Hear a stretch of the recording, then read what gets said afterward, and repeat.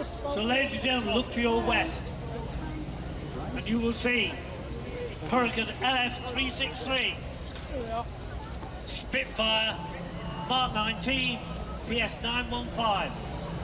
Ladies and gentlemen, the Battle of Britain Memorial Flight.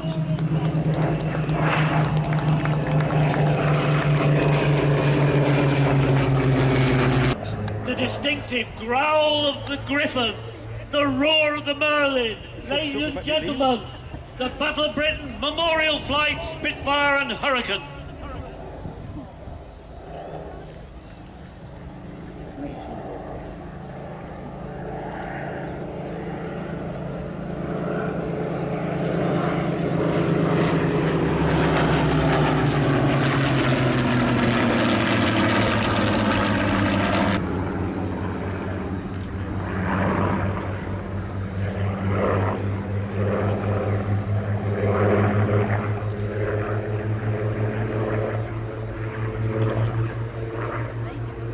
Cameras ready for the brake shot as the two aircraft come towards you. They will probably brake and split into their two singleton displays.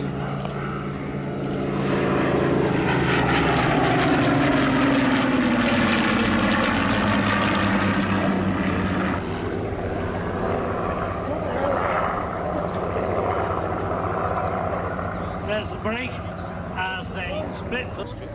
It also had a pressurised cockpit because this was the aircraft that provided those astonishing reconnaissance photographs of the D-Day beaches. Mark 19s flew in all theatres of war. Long after World War II, Spitfires like this still control the skies over Manila and Hong Kong. It's sad because in fact one of the Spitfires from Hong Kong on a flight to China back actually broke the sound barrier on its return flight. Fortunately, the single-seater aircraft, no verification to begin with this. R-19 was unarmed. It was designed to fly at high level and take photographs. So as you can see, the cockpit is not a 915 for many years was a gate guardian. In fact, when he came back into the flight, to aid the speed, he had no tail wheel showing, no tail wheel tracks to give him speed at higher altitude. The aircraft then rescued thousands of miles at high level over Europe, taking secret photographs of installations. It was Mark 19s that mapped the D-Day beaches. It was Mark 19s that found the German fleet in northern Norway. And they performed that service until the early 1960s, flying off in the morning. Flying off in the morning to Liverpool Airport, where they picked up some documentation on them. Very specific climb to altitude to Gloucestershire, where they then turned round and came back to speak, presented their information. Remember, this is the day before satellites. In fact, it's even before Met balloons. That's what the Spitfires were doing. And then they flew into history on the 6th of June 1957 to form the basis of this flight.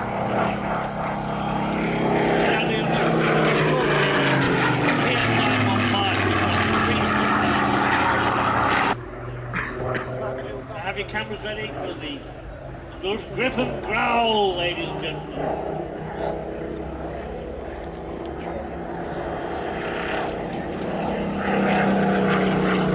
Look to your right.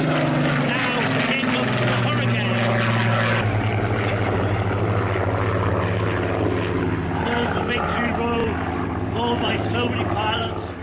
You know, although the Spitfire has a legend, everybody talks about the Spitfire. In fact, the Hurricane in RAF service actually shot down more enemy aircraft than any other fighter in the RAF. In fact, I think more than the total amount of other fighters in the RAF.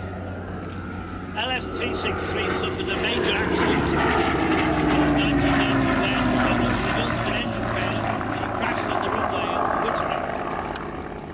But she was rebuilt.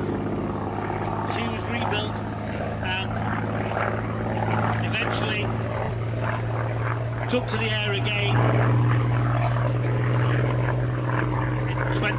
in 1998, after 7 years out of action, to the same.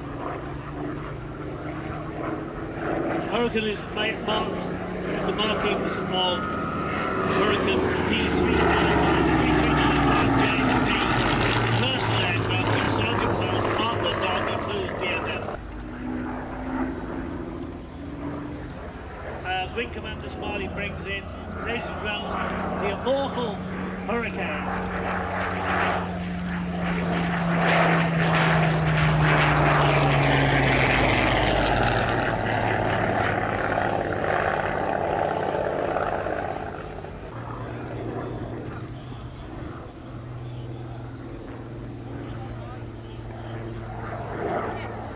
So from your right into the display line comes Wing Commander Smiley, LS-363, Hawker Hurricane. Hurricanes also had an unusual role during the war. They also flew from armed merchant ships, cam ships, catapult armed merchantmen. And the Hurricanes were mounted a catapult on the front of the ship, and they were intended to fill the gap mid-Atlantic where we couldn't get fighters, but it was a dangerous job when the pilot was fired off the bow of the ship. They couldn't get back and to land as close as they could to a Royal Navy ship. But then, ladies and gentlemen, these aircraft were designed by geniuses, flown by heroes, and built by craftsmen.